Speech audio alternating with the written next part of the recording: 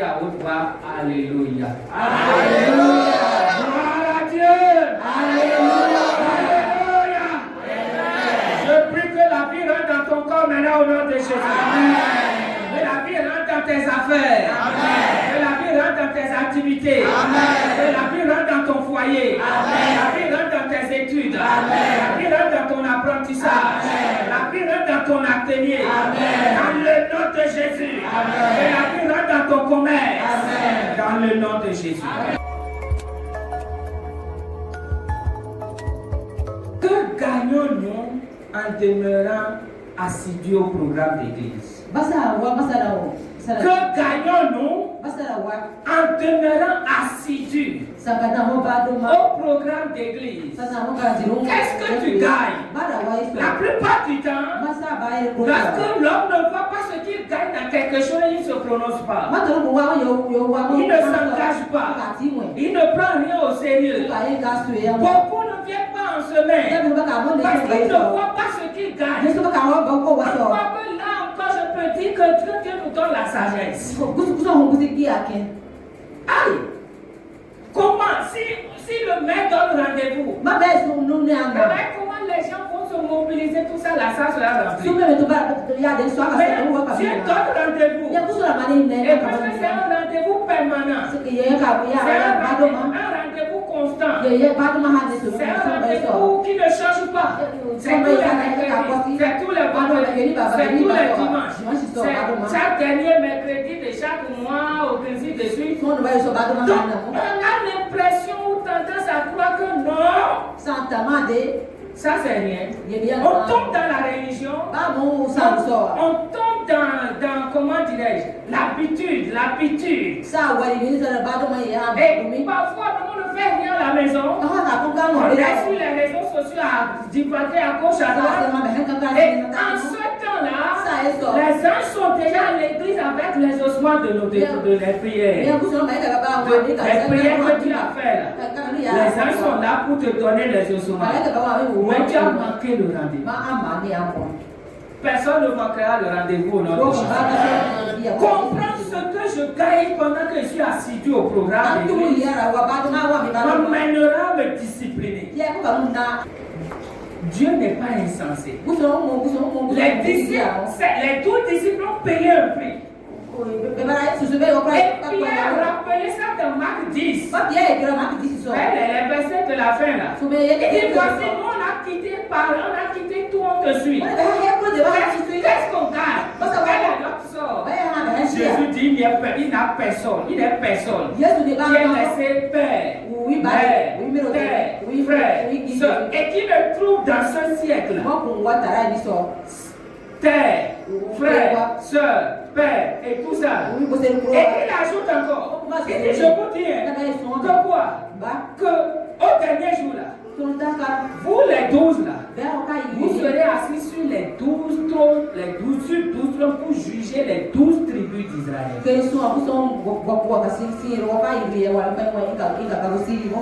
Qu'est-ce que cela dit? Jésus dit, je ne méprise pas le prix que vous avez payé. Vous me suivez. Et c'est ce qui m'encourage à encore payer un prix plus grand. Mourir à la croix pour vous. Et quand je vais mourir à la croix ressuscité, vous aurez encore de récompense dans l'éternité. Vous serez assis chacun sur un trône pour juger les 12 tribus d'Israël. Qu'est-ce que ça voudra dire? Quiconque paye un prix, la reconnaissance voudrait qu'on reconnaisse ce prix et qu'on réponde à ce prix-là favorablement en payant un prix plus élevé en faveur de cette personne qui a payé le prix. Ouvrons nos Bibles dans Actes chapitre 2. Ouvrons nos Bibles dans Actes chapitre 2, versets 37 à 47 et Actes chapitre 4, versets 32 à 37. Actes chapitre 2, 37. Nous irons à l'origine de l'église. Jésus a dit à Pierre, tu es Pierre, et sur cette pierre, je bâtirai mon église et les portes du séjour des morts ne prévaudront point contre elle. Quand Jésus parlait à Pierre dans Matthieu 16 comme ça, l'église n'était pas encore née. Mais l'église va naître maintenant après la résurrection de Jésus-Christ. À la Pentecôte, l'église qu'on appelle l'église primitive, la première église va naître. Et la première église va nous donner le modèle à suivre. Cette église est née dans des conditions, on peut dire pires. À l'époque, il n'y avait pas moto, avion, voiture.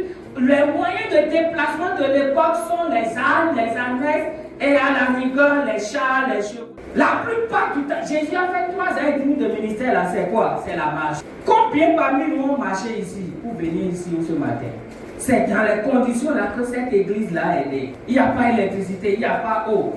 Il n'y a rien que nous, ce qu'on a aujourd'hui, notre monde d'aujourd'hui là, c'est totalement différent du monde de leur temps. Ils n'ont pas de téléphone, ils n'ont pas quoi? Ils n'ont pas cahier comme on a. Ils n'ont pas Bible. L'église primitive n'avait pas la Bible. La Bible au complet. Elle n'avait que l'Ancien Testament. Maintenant, allons lire. Et c'est un défi pour nous. Si ceux-là, malgré leurs maigres moyens, ils ont fait plus, ils ont impacté comme ça. Au point où nous, aujourd'hui, nous avons l'évangile. À partir d'eux, nous avons l'évangile aujourd'hui. Ce serait, c'est-à-dire, je ne sais pas quelle raison tout le monde va donner à Dieu. Pour notre paresse, notre passivité, notre nonchalance, ceux qui estiment que non, bon, il n'y a pas de raison. Lisons. Acte 2, Oui. 37 à 47. Le métaux. Après avoir entendu ce discours, ils eurent le cœur vivement touché et ils dirent à Pierre et aux autres apôtres, Hommes frères, que ferons-nous? Pierre leur dit, repentez-vous et que chacun de vous soit baptisé au nom de Jésus-Christ pour le pardon de vos péchés et vous recevrez le don du Saint-Esprit. Car la promesse est pour vous, pour vos enfants et pour tous ceux qui sont au loin, en aussi grand nombre que le Seigneur, notre Dieu, les appellera. Et par plusieurs autres paroles, il les conjurait et les exhortait, disant, sauvez-vous de cette génération perverse. Ceux qui acceptèrent sa parole furent baptisés et en ce jour-là, le nombre des disciples s'augmenta d'environ 3000 âmes. Ah, écoutons maintenant. 3000 personnes vont s'ajouter à 120 personnes pour qu'on aille vite. Donc, ici maintenant, nous avons 3120 personnes. 3120 personnes. Maintenant, regardez 3120 personnes qui ont reçu l'évangile, rencontré l'homme du Calvaire, qui ont compris le message de la rédemption. Et 3000 hommes vont dire, mais hommes frères, que ferons-nous? Regardez leur réponse par rapport au message de Pierre. Leur réaction par rapport au message de Pierre. Et Pierre dit, sauvez-vous de cette génération perverse. Ils sont venus 3000. Et l'effectif, ça fait 3120. Écoutons ce que les 3120 vont faire. Oui. Ils persévéraient dans l'enseignement des apôtres. Ils persévéraient dans l'enseignement des apôtres. Oui. Dans la communion fraternelle. Dans la communion fraternelle. Dans la fraction du pain. Dans la fraction du pain. Et dans les prières. Et maintenant, pendant qu'ils persévèrent, ils ont persévéré comme ça. Écoutons ce que Dieu va faire. Il y a ce que l'homme doit faire, l'église doit faire. Il y a ce que Dieu, la tête de l'église, Jésus aussi doit faire. Écoutons. La crainte s'emparait de chacun et il se faisait beaucoup de prodiges et de miracles par les apôtres. Tous ceux qui croyaient étaient dans le même lieu et ils avaient tout en commun. Ils vendaient leurs propriétés et leurs biens et ils en partageaient le produit entre tous selon les besoins de chacun. Ils étaient chaque jour tous ensemble assidus au temple. Ils rompaient le pain dans les maisons et prenaient leur nourriture avec joie et simplicité de cœur, louant Dieu et trouvant grâce auprès de tout le peuple. Et le Seigneur ajoutait chaque jour à l'église ceux qui étaient sauvés. Acte 4, 32 à 37. Acte 4, verset 32 à 37. Oui. La multitude de ceux qui avaient cru. Donc les 120, les 3120, et même il y a d'autres qui se sont ajoutés. Bon, allons-y. La multitude de ceux qui avaient cru n'était qu'un cœur et qu'une âme. Oui. Nul ne disait que ces biens lui appartiennent en propre. Mais tout était commun entre eux. Les apôtres rendaient avec beaucoup de force témoignage de la résurrection du Seigneur Jésus. Oui. Et une grande grâce reposait sur eux tous. Car il n'y avait parmi eux aucun indigent. Tous ceux qui possédaient des champs ou des maisons les vendaient, apportaient le prix de ce qu'ils avaient vendu et le déposèrent aux pieds des apôtres et l'on faisait des distributions à chacun selon qu'il en avait besoin. Joseph, nommé par les apôtres Barnabas, ce qui signifie fils d'exhortation, lévite, originaire de Chypre, vendit un champ qu'il possédait, apporta l'argent et le déposa aux pieds des apôtres. Gloire à Jésus. Ça, c'est l'église primitive. Il n'avait aucun indigent. Personne n'était pauvre dans l'église primitive. Pourquoi? Parce que l'église primitive marchait selon les principes divins. Quand Dieu voulait créer l'homme, il n'a pas dit je fais l'homme à mon image. Il dit faisons l'homme à notre image. Selon notre ressemblance. Il parle en tant que Père, Fils, Saint-Esprit. Il parle au nom de son conseil. Dieu est un père de famille. Et Dieu se voit toujours en famille. Et Dieu aime la réunion de ses enfants. C'est pour ça que Jésus dit là où 2 ou 3 sont rassemblés à mon nom, je suis là. Gloire à Jésus. Il n'y avait aucun pauvre. Que gagnons-nous en demeurant assidus au programme d'église? Selon les 2 textes que nous avons lus, que gagnons-nous? Premièrement, la crainte de Dieu. Le verset 23. Qu'est-ce que nous gagnons? Quand l'église primitive était assidue là, qu'est-ce qu'elle a gagné?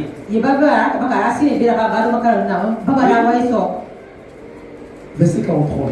La crainte s'emparait de chacun. C'est bon. La crainte s'emparait de qui? De chacun. De chacun. Il y a une crainte de Dieu que tu auras quand toi-même tu vas méditer la parole seule. Il y a une crainte que tu auras quand tu seras seul dans la présence de Dieu au travers de la prière. Mais il y a une crainte que tu n'auras jamais lorsque tu demeures seul. Parce que ce degré de crainte là est donné lorsqu'on est en famille. Lorsqu'on est assemblé ensemble avec les frères et sœurs.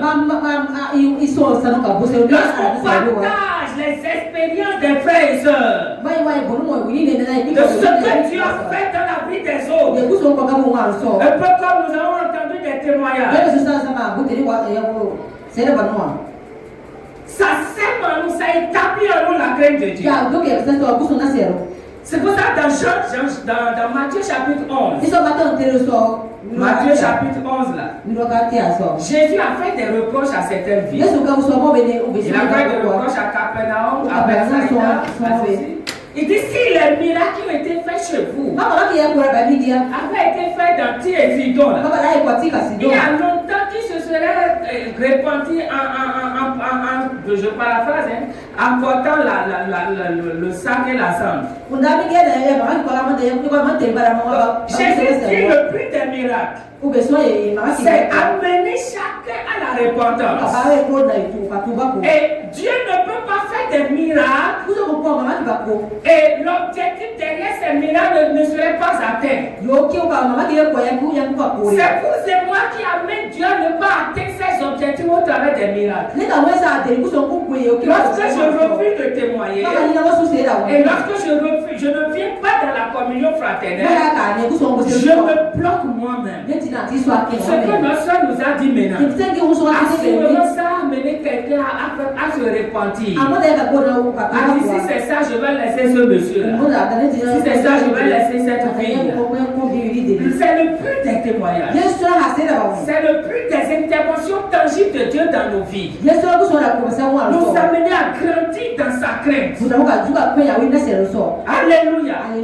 Le mot crainte ici, là, le mot qui a été traduit en crainte, là, ce mot-là signifie un profond sentiment de respect. Tu ne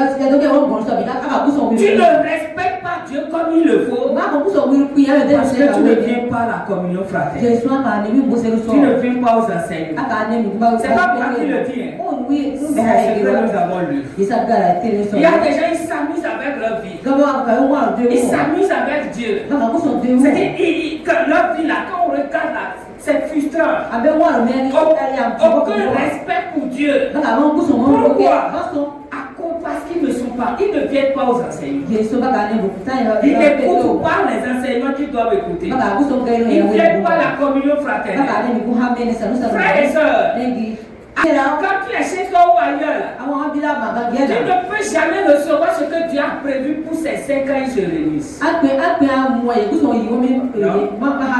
Un profond sentiment de respect, une conscience aiguë de la sainteté et de la puissance divine. Une conscience aiguë de la sainteté. Combien parmi nous ont une conscience aiguë de la sainteté? On voit comme on veut. Le mot là veut dire quoi? Une conscience aiguë de la sainteté. Conscience aiguë de la sainteté.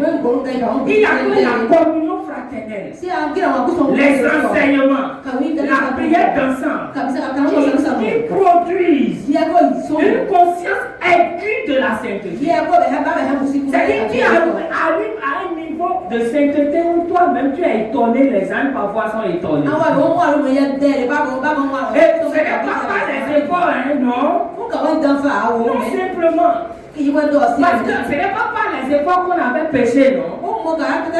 Quand nous étions péchés, on a péché correctement. Maintenant que nous sommes devenus enfants de Dieu, nous allons encore vivre correctement dans la sainteté, sans effort. Mais grâce aux enseignements, grâce à la communion fraternelle. Lorsque tu es en communion fraternelle, et que un frère parle d'un péché pour lequel toi-même tu luttes là. Tu luttes. Et le frère dans son témoin, lui-même il a lutté. Et Dieu lui a donné la délivrance, la solution. Et il ne lutte plus. Bah, ça devient quoi? Une révélation pour toi. C'est ça. Une conscience aiguë de la sainteté, de la puissance divine. Ça nous manque encore. Nous ne croyons pas la capacité de Dieu d'intervenir dans notre vie. Nous, parfois, nous confondons Dieu, nos problèmes, les hommes. Ce qui fait que parfois on dit, si je vais maintenant, qu'est-ce qui va changer? Je suis tellement allé, non? Qu'est-ce qui a changé? Frères et sœurs, le paralytique de Acte 3 là, la Bible dit qu'il avait plus de 40 ans. Et depuis qu'il est né là, il n'a fait que quoi? On le prenait, on le déposait où bien? On le prenait, on le déposait au temple, non? À la porte pour qu'il demande au monde. Le gars est assidu. Lui, il a peut-être oublié quoi? Son mal. Il ne s'attendait pas à une guérison. Pour lui, il va mourir comme ça. Mais Dieu est venu. Et Pierre a dit, je n'ai ni argent ni or. Ce que j'ai, je te donne. Mais si le monsieur n'était pas là, il allait lui donner ça. Combien de bénédictions, combien d'exaucements de prière nous avons ratés, manqués parce que nous étions absents. Parfois on appelle, nous appelons, nous exhortons. Nous allons continuer à le faire jusqu'à ce que les gens le comprennent. La soumission intérieure. C'est ça le mot là veut dire. Le mot qui veut dire crainte là. Si tu n'as pas une soumission intérieure, tu ne peux pas te soumettre extérieurement aux gens. Et aucune femme ne peut se soumettre à son mari à moins d'être d'abord soumise à l'intérieur. C'est les enseignements qui font ça. Gloire au Seigneur Jésus. Qu'est-ce que nous gagnons lorsque nous demeurons assidus? Deuxième chose, la manifestation tangible de la présence de Dieu au travers des signes, prodiges, miracles. Dieu opère là où ses enfants se réunissent. Lisez-nous les versets 44, du moins les versets 43 de Actes chapitre 2. Verset 43. Verset 43. Oui. Les Grecs s'emparaient de chacun et il se faisait beaucoup de prodiges et de miracles par les apôtres. Vous voyez, il se faisait beaucoup de prodiges. S'il n'y a pas beaucoup de prodiges, de miracles dans cette église, c'est à cause de vous et moi. Vous et moi qui ne venons pas au programme. C'est à cause de vous. Parce que plus nous sommes nombreux, plus l'atmosphère est comment? L'atmosphère de la présence de Dieu est tangible. Quand vous regardez, vous me regardez un peu.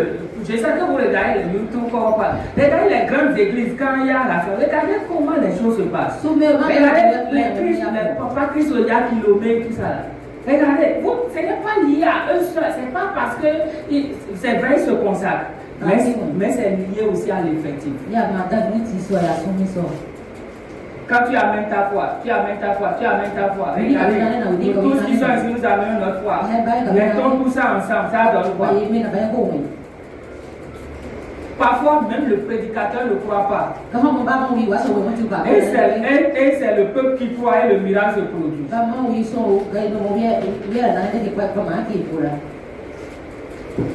Et le miracle se produit. Frères et sœurs. Troisième chose. Troisième point. Que gagnons-nous? Nous gagnons l'unité. L'unité. Actes chapitre 2, 44 et chapitre 4, 32.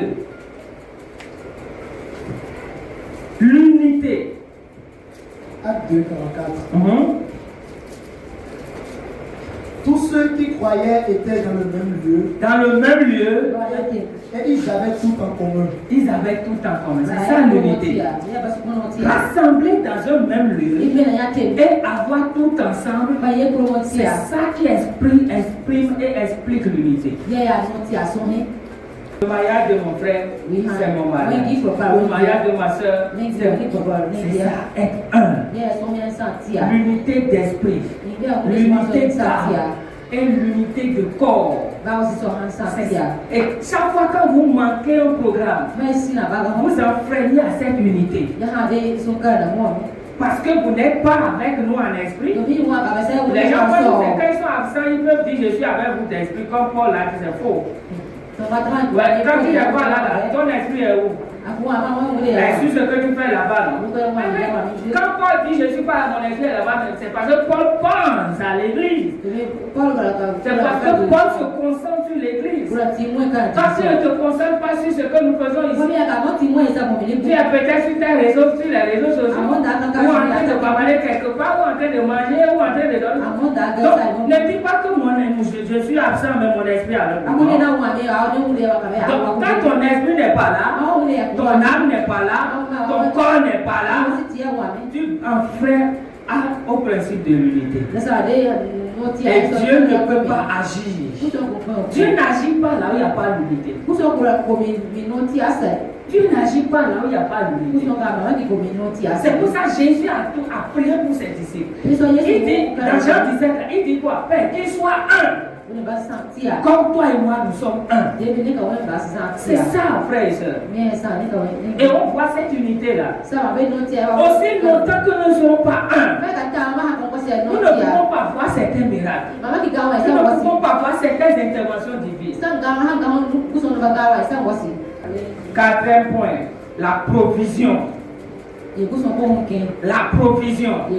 Quand nous venons, Dieu pourvoit à nos besoins. Regardez dans Actes chapitre 2, 44 et 4, 34 à 37. Là. Regardez, lisons, frère, lisons rapidement. Actes chapitre 2, verset 44. Tous ceux qui croyaient étaient dans le même lieu et ils avaient tout en commun. Ils avaient tout en commun. Ça veut dire que l'autre a carré, il amène.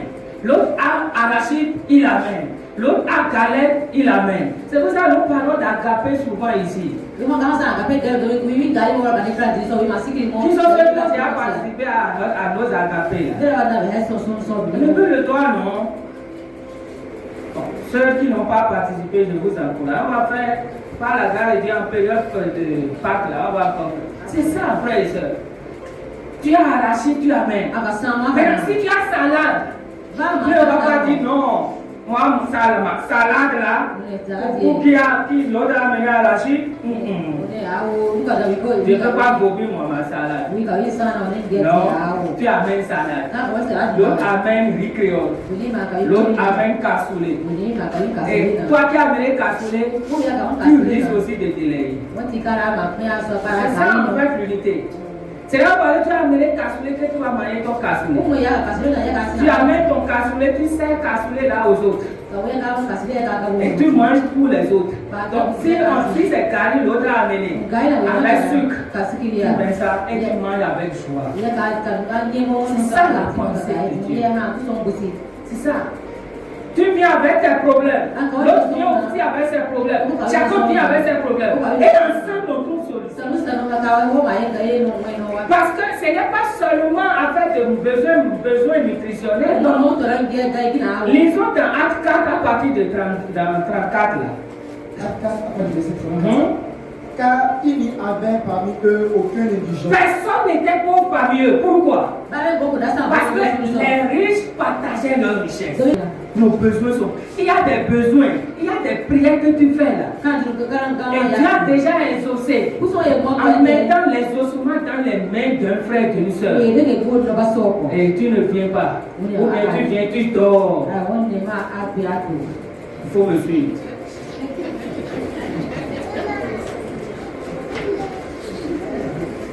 Hein? Il faut suivre. Tu as payé un peu quoi là? Il faut rester éveillé maintenant. Pour que le sommeil ne t'empêche pas de recevoir ce qui est pour toi, non? Gloire à Jésus-Christ. C'est ça. Il y a une soeur qui a un problème de conception. Il y a une soeur qui a un problème de conception. Qui est venue au programme et qui a pu parler avec l'autre soeur. Alors, ça dit, ah, moi aussi j'ai connu ça. Voilà. Quelques temps plus tard, la soeur commençait. La soeur qui a un problème de conception. Tout pensait. Dites-moi, Dieu n'a pas exaucé prière. Pas qui maintenant? C'est ça, frère et soeur. C'est ça, frère et soeur. Nous voulons pour partager nos expériences. Et moi je dis, les erreurs que j'ai faites, vous n'allez pas faire ça. Mes déboires là, vous n'allez pas connaître ça. Je dis toujours ça, pourquoi? Parce que je suis là pour vous aider en partageant mes déboires avec vous, mes expériences avec vous. C'est ça l'église. Il y a une provision. Avant que Dieu ne descende avec un colis, comme un colis en tant qu'ange avec un collier, c'est que ce collier n'est pas dans le peuple. Vous comprenez? Oui. C'est en ce moment qu'il peut descendre là.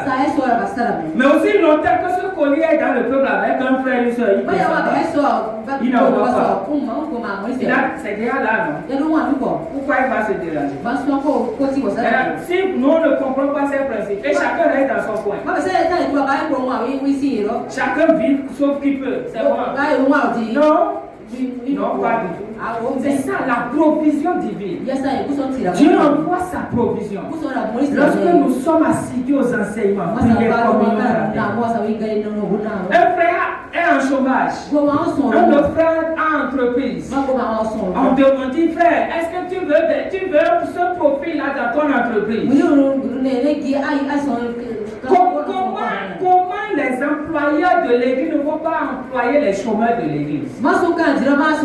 C'est anormal, non? Ou bien, c'est anormal, non? Maintenant, comment on peut employé un fait chômeur qui n'est pas stable, qui n'est pas assidu, qu'on ne maîtrise pas, on ne connaît pas. On ne sait pas de quoi il est capable, de quoi elle est capable, la soeur est capable. Est-ce qu'on peut le recommander? Que Dieu nous aide. Frères et sœurs, c'est ça la richesse de l'église. La richesse de l'église reste dans l'église. Votre argent ne doit pas aller au dehors. À moins que vous êtes sûr que ce que vous voulez, ce pourquoi vous voulez envoyer l'argent au dehors, là, ça n'existe pas dans l'église. N'allez pas acheter essence au dehors pendant que il y a une soeur de l'église qui va essence. N'allez pas acheter tomate au dehors pendant qu'il y a une soeur de l'église qui vend tomate. Mais si on ne sait pas que la soeur vend tomate, comment on peut aller chez elle? C'est ça, frères et sœurs. L'argent de l'église reste dans l'église. Si les parents n'ont pas de clients, nous on ne doit pas manquer de clients. Parce que les clients sont là. Les clients sont devant moi. Alors, maintenant, comment les clients sont devant moi, les clients, on ne les connaît pas. Ils ne viennent pas. Ou bien quand ils viennent là, ils sont dans leur coin, ils disent rien, parlent rien. Moi, je suis comme ça. Je ne partage pas mes problèmes. Tu vas mourir dans les problèmes. Comment tu ne partages pas tes problèmes? Tu nous fais des sorciers ici même. Tu ne vas sortir. Comment? Alléluia. Pourquoi? Qu'est-ce que nous gagnons du moins? Cinquièmement, la grâce. Vous voyez, non? La grâce. Lisons Actes. Lisons notre texte toujours. Acte 2, 47 et 4, 33 là. La grâce. Est-ce que tu veux marcher dans la grâce? Ok. Oui? Acte 2, verset 47. Louons Dieu, trouvant grâce auprès de tout le peuple. Et le Seigneur ajoutait chaque jour à l'église ceux qui étaient sauvés. Il y a un verset qui parle de grâce. Acte 4, verset. Ok. 33. Verset 33. Les apôtres rendaient avec beaucoup de force témoignage de la résurrection du Seigneur Jésus-Christ. Et une grande grâce reposait sur eux. Une grande grâce. Amen. Est-ce que tu veux une grande grâce? Qu'est-ce que nous devons faire? Que devons-nous faire pour jouir de tout ça? Et le verset 42 de Acte 2, le dit persévérer. Le mot traduit par persévérer ici là veut dire s'attacher fermement. Tu dois t'attacher fermement aux enseignements. T'attacher fermement à la communion fraternelle. T'attacher fermement à la fraction du Père. T'attacher fermement aux prières. C'est aussi demeurer constamment engagé. Tu dois demeurer constamment, pas inconstamment de temps en temps, constamment engagé dans l'enseignement, engagé dans la communion fraternelle, engagé dans les prières. Gloire à Jésus-Christ. Le mot là veut dire continuer avec fidélité. Tu dois être fidèle. La fidélité se traduit par la présence, la ponctualité. Tu viens, tu es à l'heure et tu es engagé. C'est pas tu viens, tu crois les bras. Tu es inactif, tu es passif. Non, tu participes. La fidélité. Alléluia. Continue avec fidélité. Être assidu. Se consacrer avec constance. Ce qui veut dire qu'il peut y avoir des temps de découragement. Il peut y avoir des obstacles. Il peut y avoir des problèmes qui vont chercher à t'empêcher. Mais tu dis non. Et voilà. Amen. Que Dieu vous bénisse. Que la grâce de Dieu soit